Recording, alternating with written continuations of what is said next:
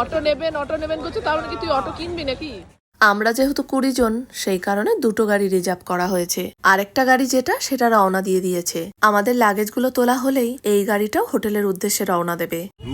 আগের কথা যখন ঢুকি তার আগের কথা মনে পড়ে যায়। যখন ঢুকি তার আগের কথা তার মনে আগের কথা মনে পড়ে যায়। হ্যাঁ, গেলবার একটু দেখলাম বড় হয়েছে, আরো ছোট ছিল জিনিসটা। এদিকটা একটু ঝাউবন মতন করবে। চলো, চলে এসেছি আমাদের হোটেলে। এবার আর স্বর্গদুয়ারের কাছে হোটেল নিয়ে নি, বাঙালি বাজারের কাছেই হোটেল বুক করা হয়েছে। এই যে এটা হচ্ছে আমাদের রুম।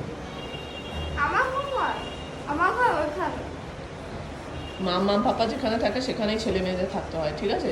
আলাদা করে রুম হয় না, সেখানেই থাকতে হয়। এখনো বেড কাভারই পাতেনি। আমাদের রুমের সামনের রুমটাই হলো বুনু আর মায়েদের রুম। সোনা ব্রাশ করুক, চলো ততক্ষণ বুনুদের রুম থেকে ঘুরে আসি। কি করছিস? তোদের কটা ওয়াশরুম রে? আর এটা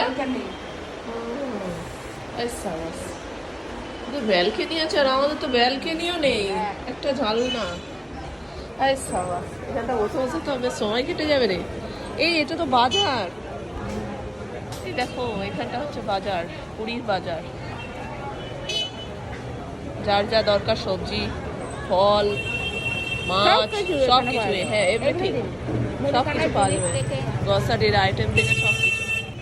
এই যে এখানটা দিয়ে সমুদ্রে যাওয়া যাবে, ওটাও একটা রাস্তা, আবার এদিকটা দিয়েও একটা রাস্তা আছে। আর এদিকেও অনেক বড় বড় হোটেল আছে, দেখ। সি বিচ থেকে কতটা দূরে হোটেল নিলাম, বাঙালি বাজারের কোথায় হোটেল নিলাম, নাম কি, এই সময় হোটেলের রেটই বা কত, এই সব কিছু যদি জানতে চাও তাহলে ইনবক্স করো, জানিয়ে দেবো। পুরীর ইনফরমেশন ছোট বড় ভিডিওগুলো খুব তাড়াতাড়ি আসছে। এখানেই শেষ করছি, যাওয়ার আগে একটা লাইক দিও।